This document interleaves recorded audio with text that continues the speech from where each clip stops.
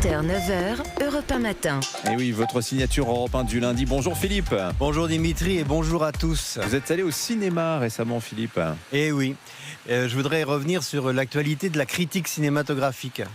Et d'abord sur l'incroyable émission que lui a consacrée la Grande Librairie, qui, ce jour-là, aurait mieux fait de se rebaptiser la Petite Épicerie. Sur le plateau, tout le monde était d'accord pour dégouliner d'amour et d'admiration pour Marguerite Duras, cinéaste.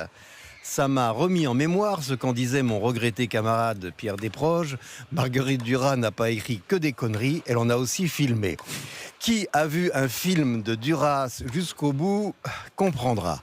Mais ce n'est pas là où je veux en venir. Alors, où voulez-vous en venir ? Au plus drôle, dans cette longue séquence, on a passé quelques extraits de films de Marguerite Duras et les invités étaient tenus de dire leur sidération devant tant d'audace. Impossible dans notre monde des arts et des lettres de dire du mal de Marguerite sans passer pour un analphabète fascisant.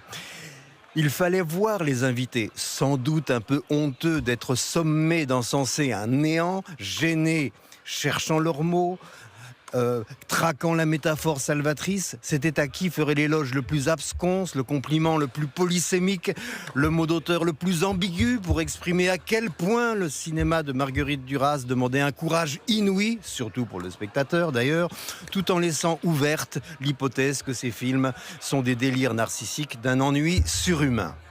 Ces jours-ci, la critique était dans la même situation instable, mais inversé devant le film de Giannoli sur le collabo Lucher, Les rayons et les ombres, et dans un autre genre devant L'abandon, le film de Vincent Garinck sur Samuel Paty. Et que voulez-vous dire par là, Philippe ? Alors d'abord Les rayons et les ombres. Contrairement au cafouillage sadico-anal de Duras, il s'agit là de cinéma.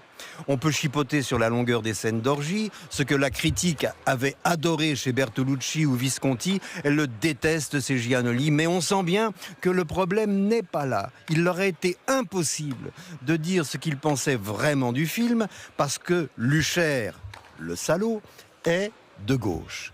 Du coup, on accuse Giannoli de répandre l'idée que les collabos étaient de gauche, alors que ceux de droite étaient plus nombreux. Il s'ensuit le reproche de l'avoir rendu sympathique. Alors, poussons à bout le raisonnement. Bravo Giannoli d'avoir rendu un type de gauche sympathique, mais quelle erreur d'en avoir fait un collabo. C'est toujours pareil avec cette gauche moralo-rousseauiste. L'homme naît bon, c'est-à-dire de gauche.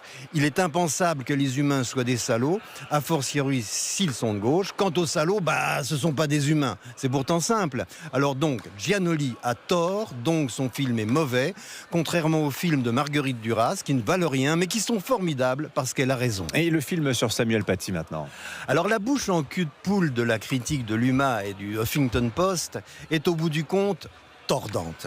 Ne sachant pas quoi dire pour en dire du mal, un critique a souligné que ça manquait d'action.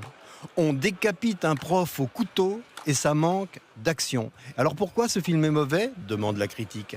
Parce que Garinck a tort de stigmatiser les musulmans en montrant des islamistes, se répond-elle à elle-même.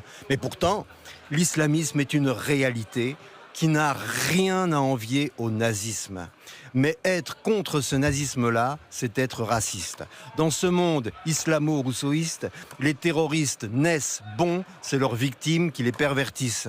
Pour remettre les choses à l'endroit, L'abandon est au-delà d'un bon film. C'est un film juste.